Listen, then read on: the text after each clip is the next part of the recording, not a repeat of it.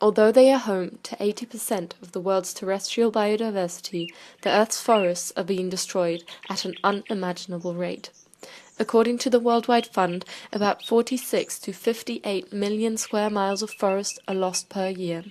This is the equivalent of 48 football fields disappearing every single minute.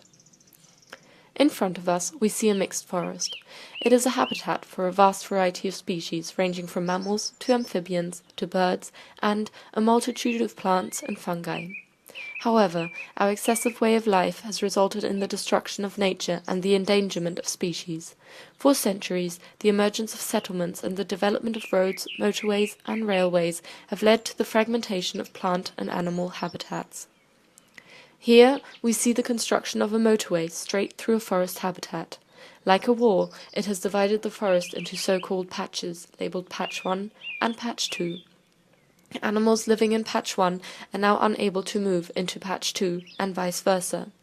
Over the years, the road is extended, further decreasing patch size until the formerly large forest habitat has been turned into several small patches.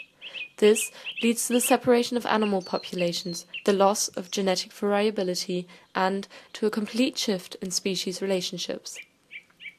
For decades, the effects of habitat fragmentation remained largely unrecognized, but now that we have realized its detrimental impact on the environment, we are fervently trying to reverse the damage we have done.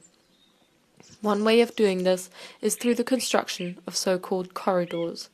Corridors are safe strips of land that allow animals to move from one patch to another without human interference.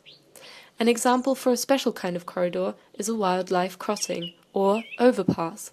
As pictured here, this is a bridge spanning a motorway, road, or railway that enables the free movement of animals, mostly deer, foxes, hares, and wolves, from one habitat into another.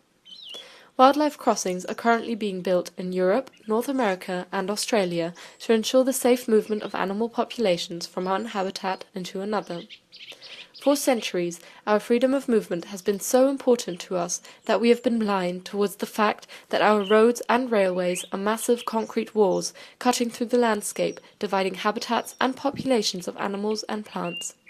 The development of corridors and crossings is our way of saving what we have divided, and by creating new passages between patches of land and building bridges, we are hoping for a second chance with nature.